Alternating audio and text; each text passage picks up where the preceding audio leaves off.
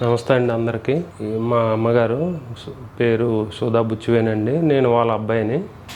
5 months back మా అమ్మగారికి హార్ట్లో కొంచెం ఇది అయిందని మెడికవర్ హాస్పిటల్కి తీసుకెళ్ళాం.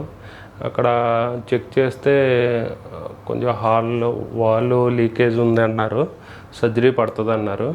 అలా 5 months తర్వాత మేము వైజాగ్ కూడా తీసుకెళ్ళామండి. అక్కడ కూడా డాక్టర్ గారు చూపిస్తే కేర్లో మ్యాక్సిమం మెడిసిన్తో కవర్ అవుతుంది అన్నారు. వెయిట్ చేసామండి 5 months మెడిసిన్ వాడి. మళ్ళీ టుడికో టెస్ట్ ఇవి చేయించాం, కానీ అది లీక్ అన్నది క్లియర్ అవ్వలేదు.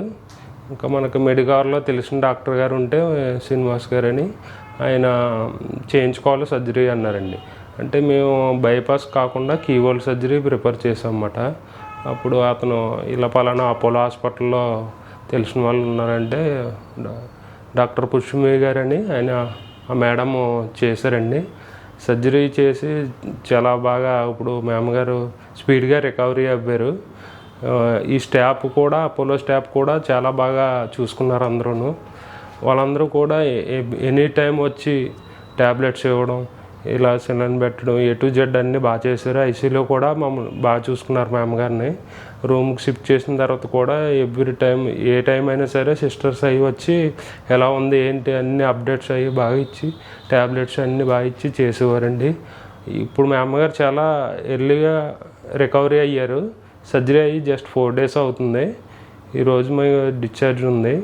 తర్వాత 11 days తర్వాత స్టిచెస్ ఇప్పి అంత చేస్తా అన్నారు. డైట్ ఇవన్నీ చెప్పారండి. కానీ అపోలో హాస్పిటల్ మాత్రం చాలా ఎక్సలెంట్గా ఉందండి. ట్రీట్మెంట్ ఏంటి, స్టాఫ్ ఏంటి, అందరూ బాగా చేస్తున్నారు. ఇప్పుడు మా అమ్మగారికి ఆ ప్రాబ్లం క్లియర్ అయింది. అంతా బాగానే ఉంది హెల్త్ పరంగా అయ్యని. Thanks to doctor Pushmi madam, thanks to Apollo hospital Kakinada.